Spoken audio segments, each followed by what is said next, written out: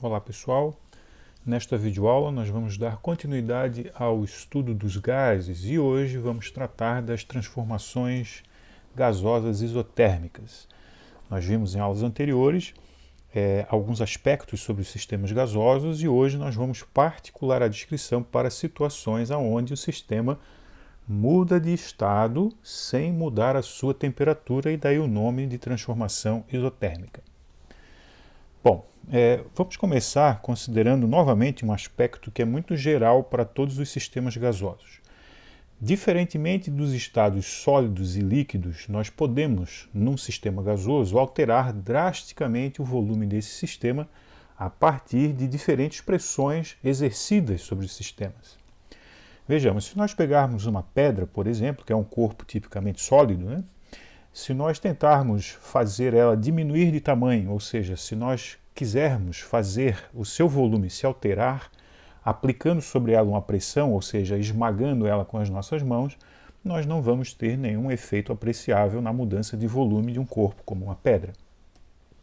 Ao contrário, se nós colocarmos ar dentro de uma seringa e vedarmos a extremidade da seringa, essa parte aqui de baixo, onde o ar entra e sai se estiver aberto, ao colocarmos ar aqui dentro e vedarmos com o dedo, nós podemos produzir variações de volume muito apreciáveis nessa quantidade de ar que está aqui dentro da seringa. Então perceba que o sistema gasoso, ele, é possível que nele nós sejamos capazes de alterar drasticamente, visivelmente, o tamanho do sistema a partir de pressões aplicadas sobre o sistema. Se nós considerarmos os líquidos, eu não coloquei aqui nenhum exemplo de sistema líquido, mas os líquidos têm um comportamento que é relativamente próximo aos sólidos, embora você possa ter alguma variação de volume quando você espreme um líquido, vamos dizer assim, no sentido de aplicar sobre ele uma pressão. Quero dizer que se colocássemos aqui água ao invés de ar, nós poderíamos ter uma leve variação de volume na água, porque num sistema líquido ele até pode ser um pouco compreensível, você pode comprimi-lo um pouco, mas nada comparado ao que a gente pode fazer com o ar, ou seja, com um sistema gasoso. O que está por trás dessas impossibilidades de alterarmos o volume dos estados sólido e líquido, pelo menos não produzir alterações tão apreciáveis, é o fato de que no estado sólido as partículas já estão muito juntas, não há um grande espaço entre elas. Então é muito difícil comprimir o sistema. No sistema líquido, até nós teremos partículas mais espaçadas e, portanto, haverá um certo espaço vazio entre as partículas, de maneira que a gente até pode produzir algumas alterações no volume, todas muito sutis, sem apreciáveis alterações no tamanho do sistema. Contudo, num sistema gasoso, as partículas estão desconectadas, então há um grande espaço entre uma partícula e outra, e é isso que nos permite alterar o volume de uma amostra gasosa, porque você, ao aplicar pressão, você pode juntar um pouco mais as partículas, afinal há muito espaço entre as partículas. Então o que ocorre numa transformação como essa aqui na seringa é que nós temos as partículas ocupando um grande volume e relativamente bem espaçadas, e quando nós comprimimos o êmbolo, fechando a saída de ar aqui, as partículas podem ser agrupadas porque elas estão bastante espaçadas. Então comprimir o sistema é uma ação possível, porque há espaço entre as partículas. Então nós podemos, com o acréscimo de pressão aqui, fazer com que o volume caia à metade, a um terço, ou seja, temos explicitamente uma variação de volume bastante apreciável. Então, os sistemas gasosos têm essa possibilidade de nós fazermos com que ele mude de volume de uma forma bastante expressiva. Agora, nós temos que considerar um aspecto histórico. Nós vamos, de certa forma, percorrer um pouco da história do estudo dos gases. Veja, nem sempre se soube esses aspectos a respeito da estrutura da matéria. Na época em que os gases começam a ser estudados, os cientistas nem são adeptos da ideia de que existem átomos. Então nós temos aí uma percepção da estrutura dos objetos que ainda carece de um modelo, não se considera que o sistema é feito de átomos. Então essas considerações que foram colocadas aqui Elas estão levando em conta que os objetos são feitos de átomos e há aí ligações químicas, etc. Mas na época em que esse estudo foi feito, esse conhecimento não existia, não era da aceitação de todos. Então, os primeiros estudos vão ocorrer sem levar em conta a natureza, né, das ligações entre as partículas no sistema. Sabe-se que os sólidos e líquidos são muito duros, no sentido de que você não pode alterar o seu volume apreciavelmente e que os gases permitem isso. Por quê? Bom, essa pergunta só é respondida mais tarde, historicamente falando, mais tarde em relação aos primeiros estudos dos sistemas gasosos. Então, dizer que os sistemas gasosos são estudados de uma forma empírica significa dizer que você não sabe muita coisa sobre as suas estruturas e, na verdade, o que se vai fazer é realizar experimentos e verificar o comportamento e procurar, a partir desses experimentos, um conjunto de fatores que se repetem para então se formular leis. Então, relembrando, né, nós temos um sistema gasoso que vai ser sempre descrito por três variáveis de estado: pressão, volume e temperatura, e essa aqui é uma descrição bastante simples, mas veja que sem muita sofisticação nós temos aí os cientistas de uma certa época sendo capazes de produzir muito conhecimento sobre os gases, mesmo sem saber algo mais específico sobre a estrutura desses sistemas. Então, das três transformações possíveis, já que temos três variáveis de estado, nós vamos nos concentrar hoje nas transformações isotérmicas, ou seja, aquelas em que o sistema muda a pressão e o volume sem alterar a sua temperatura. Bom, os estudos então foram feitos por dois grandes cientistas. Na verdade, existem outros cientistas envolvidos, mas esses aqui são aqueles que mais produziram avanços expressivos no estudo dos primeiros sistemas gasosos aí que são tratados empiricamente. Então temos o Robert Boyle, que é um inglês, e Edmé Mariotte, que é um francês. Por volta de 1662, o Robert Boyle vai chegar a uma lei para as transformações isotérmicas, e o Edmé Mariotte ele vai também, alguns anos depois, publicar e refazer os estudos do Boyle e chegar à mesma conclusão. Então temos esses estudos, o resultado desses estudos, conhecido como Lei de Boyle-Mariotte. Esses dois cientistas vão então mostrar experimentalmente que um sistema gasoso mantido a uma certa temperatura constante vai se comportar, vai ter um comportamento que pode ser traduzido através de uma lei empírica, portanto, porque é retirada a partir das observações experimentais. Vamos compreender uma transformação isotérmica. Veja, não estou afirmando que foi isso que o Boyle e o Mariotte fizeram. Provavelmente o percurso experimental que eles realizaram não é esse que está aqui, mas nós podemos ter uma certa ideia de todo o aparato experimental, ou melhor dizendo, uma certa ideia sobre a transformação isotérmica a partir desse aparato experimental, não sendo esse necessariamente aquele que os cientistas usaram. Bom, nós temos aqui um sistema com gás dentro. Esse gás está submetido a uma certa pressão porque existe aqui uma carga sobre este êmbolo. O êmbolo é uma estrutura que pode subir e descer, tal qual aquele da seringa. E nós estamos aplicando aqui uma carga, uma massa. Então, devido ao seu peso, ela vai exercer uma certa pressão. Vamos supor que essa pressão seja de 1 atm e que esse espaço aqui que o sistema ocupa é um volume, ou equivale a um volume de 24 litros. O que nós vamos fazer é sistematicamente acrescentar mais carga aqui em cima para aumentar a pressão. Intuitivamente, nós já podemos imaginar o que vai acontecer. O sistema sujeito a uma pressão maior vai ter o seu volume reduzido. Mas nós vamos ver, quer dizer, os cientistas viram que essa redução de volume ela mantinha uma certa relação com o aumento de pressão. Então vamos ver aqui que se colocarmos dois objetos ou duas cargas aqui em cima, nós vamos verificar uma redução de volume, supondo que para cada carga dessa nós tenhamos um acréscimo de 1 atm de pressão no sistema. Então duas cargas, 2 atms, medindo o novo volume, encontraria-se um valor de 12 litros, se estivéssemos fazendo essa experiência no laboratório. Ou seja, ao dobrar a pressão de 1 atm para 2 atms, nós iremos ver o volume diminuir de 24 para 12 litros. Então, nós iríamos medir o volume e encontraríamos aqui um valor de 12 litros. Se nós colocássemos mais uma carga, triplicando, portanto, a pressão do sistema, o novo volume ocupado seria ainda menor e medidas nos levariam a encontrar o valor de 8 litros. E quadruplicando a pressão, ou seja, colocando 4 cargas, nós faríamos o volume se reduzir ainda mais e as medidas iriam indicar 6 litros. Então vamos acompanhar agora sistematicamente os resultados. Veja, o que nós fizemos aqui foi fazer a pressão dobrar, depois triplicar e depois quadruplicar.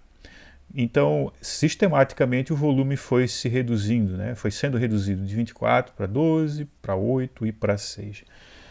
Pode não ser tão explícita essa relação que eu vou mostrar, mas há uma relação matemática entre esses valores.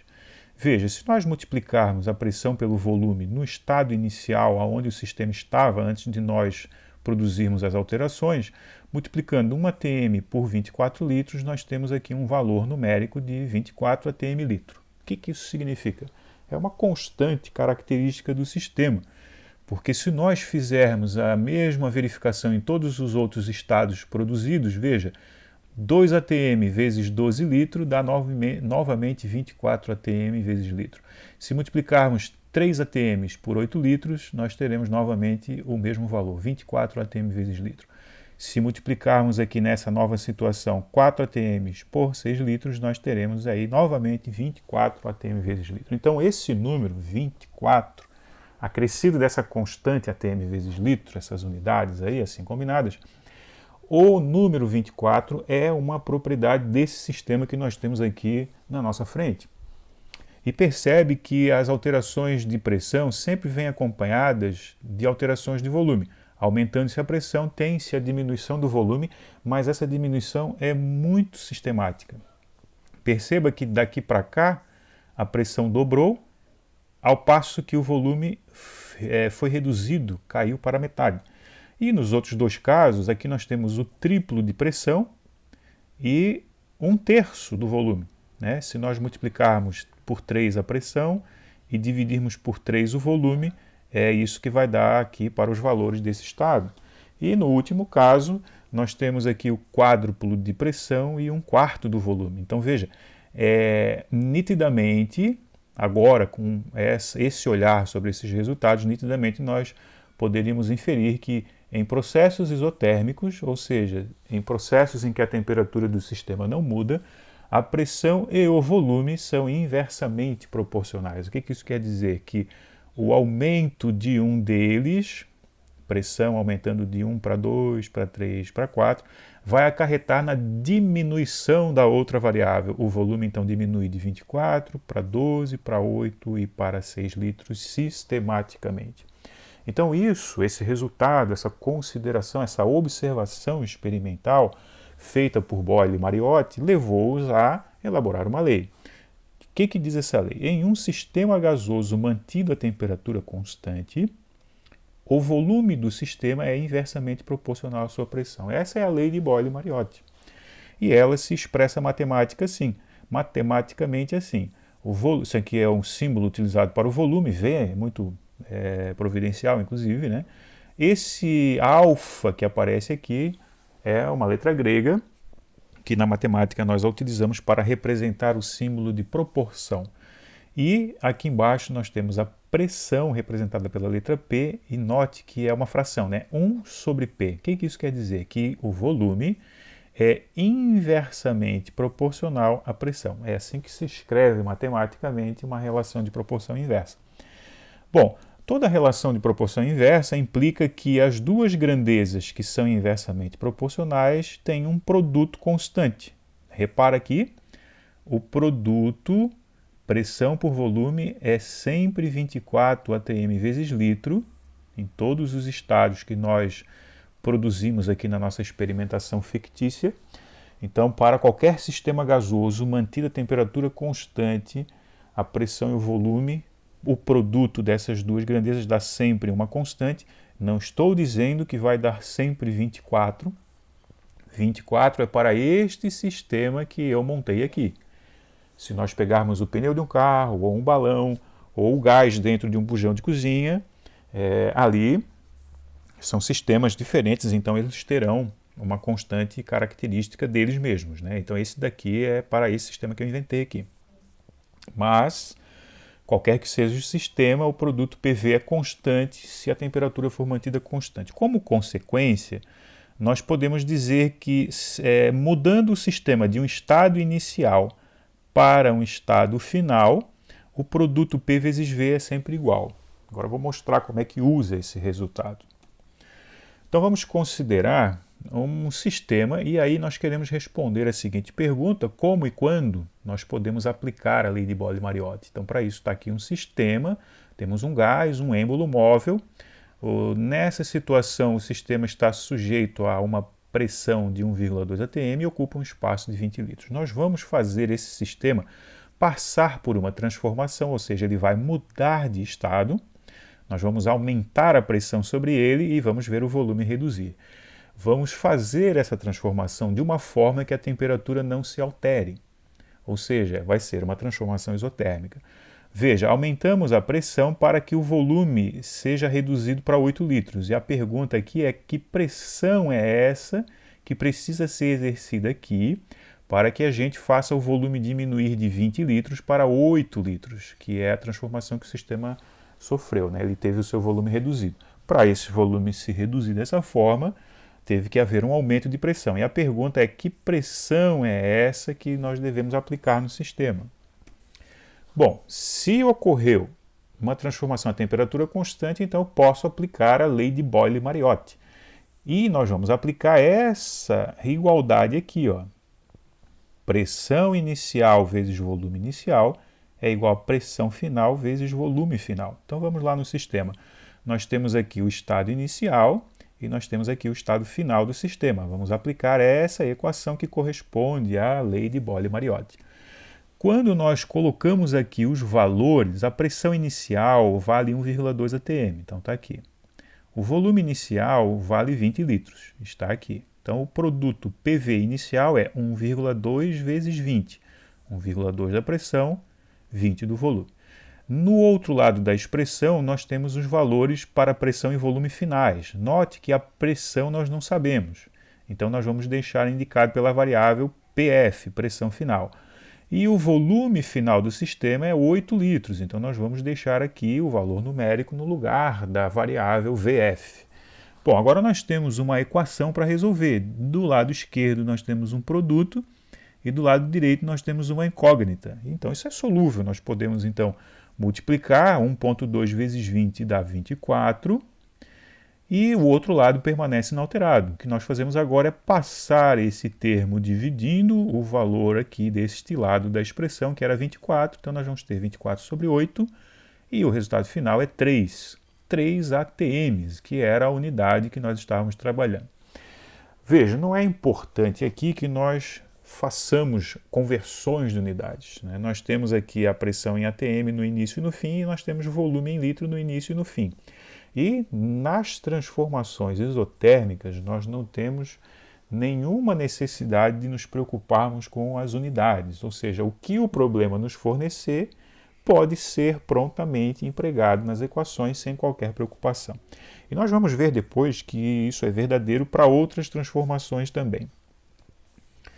Bom, para finalizar, eu vou mostrar agora como é que nós podemos representar graficamente uma transformação isotérmica. Então, nós tínhamos simulado um experimento, né? Nós pegamos um sistema e aumentamos sistematicamente a pressão sobre ele, de uma unidade para 2, depois para 3 e para 4. E nós temos aqui os resultados que, em tese, né, nós teríamos medido se estivéssemos realizando o experimento de verdade. Então nós iríamos medir esses valores.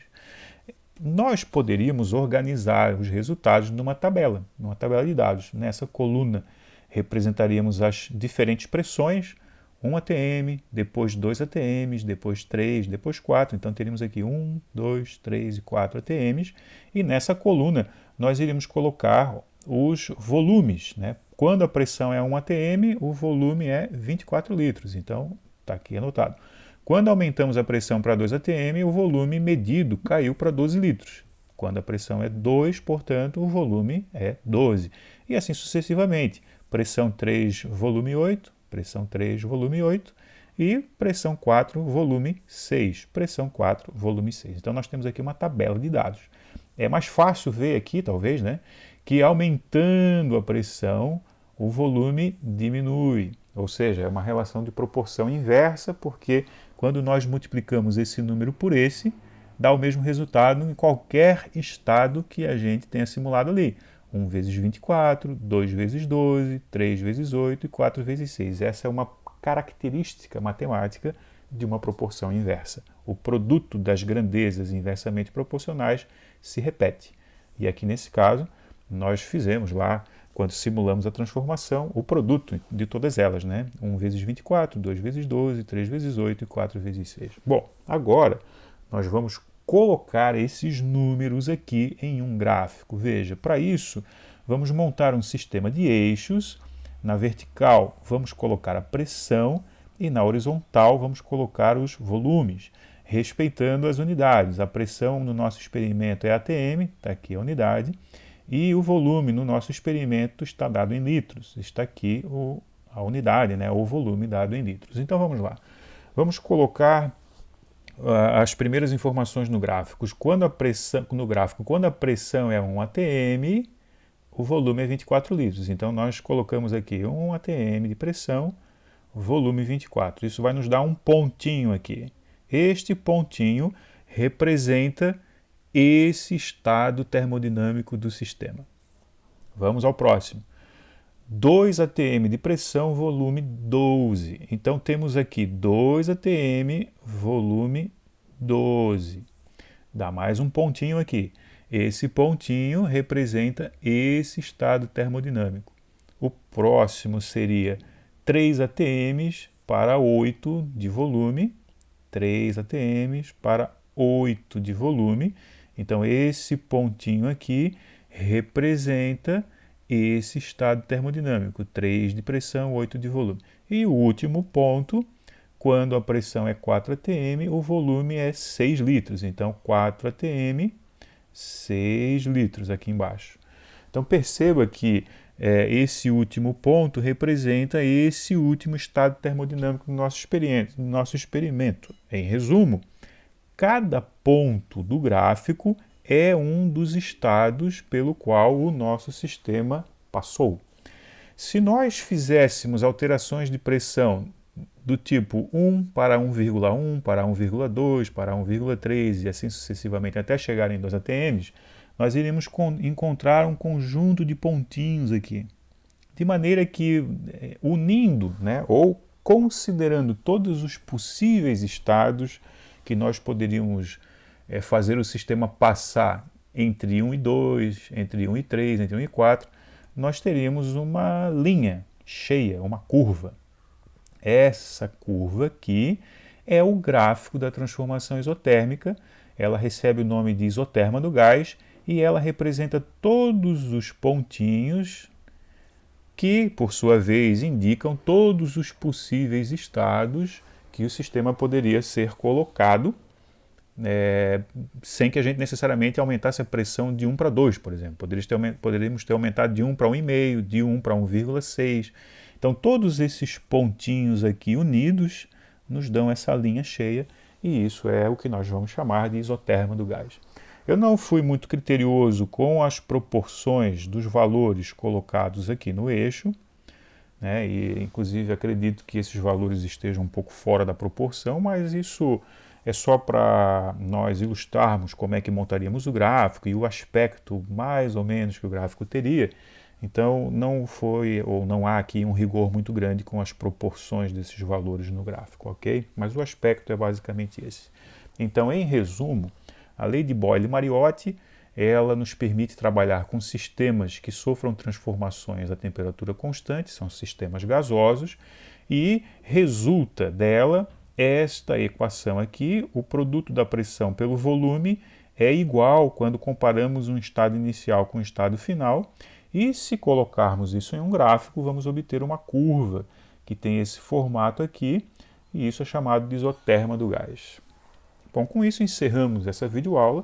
Eu vou deixar disponível para vocês uma lista de exercícios, mas primeiramente eu ainda vou fazer outros, na verdade mais um vídeo, onde eu vou resolver uma ou duas questões, como estudos de caso ou exemplos, para vocês poderem, digamos assim, trabalhar a lista com um pouco mais de facilidade.